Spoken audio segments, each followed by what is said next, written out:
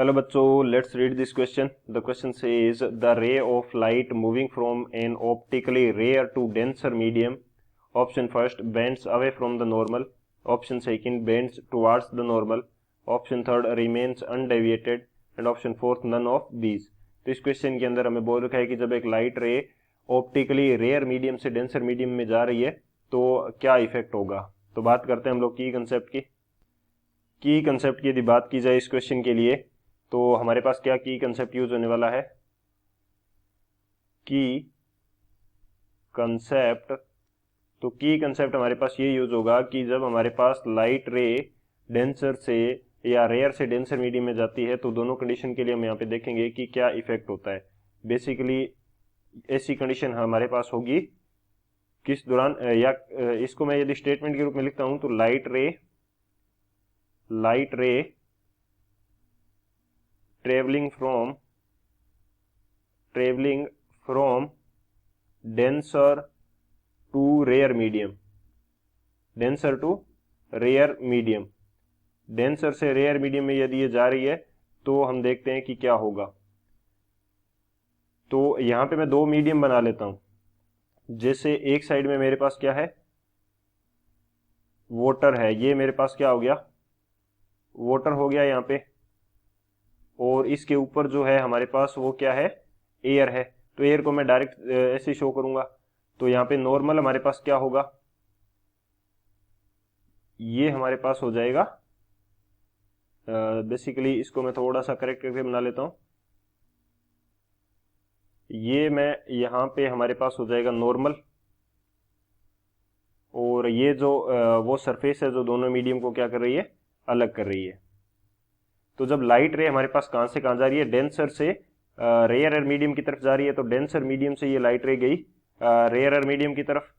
तो जब ये रेयर मीडियम में ट्रेवल करेगी तो ये नॉर्मल से क्या हो जाएगी, थोड़ी दूर हट जाएगी. नॉर्मल से क्या हो जाएगी, थोड़ी सी दूर हट जाएगी. ये हमारे पास क्या है, डेंसर मीडियम है.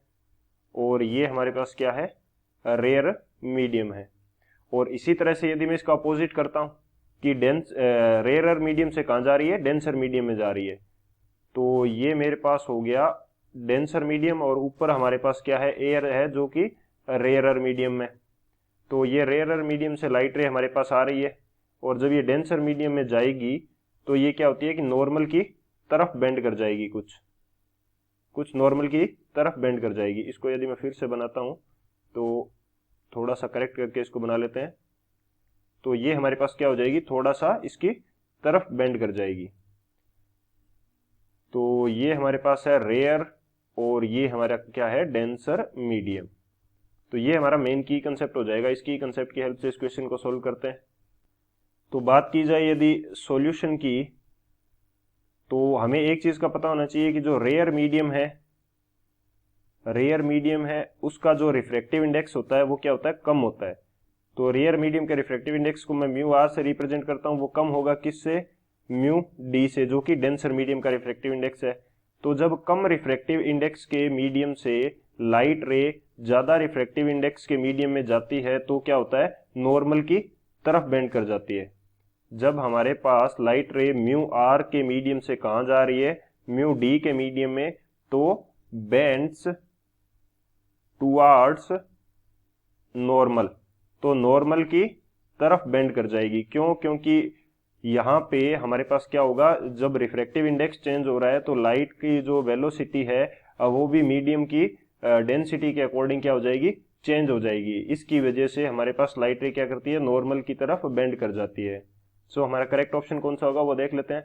फर्स्ट हमें देर का bends away from the normal. Light ray जा कहां रही है, moving from an optically rare to denser में जा रही है. सो रेयर टू डेंसर में जा रही है तो हमारे पास क्या करेगी, बेंड्स टुवर्ड्स द नॉर्मल.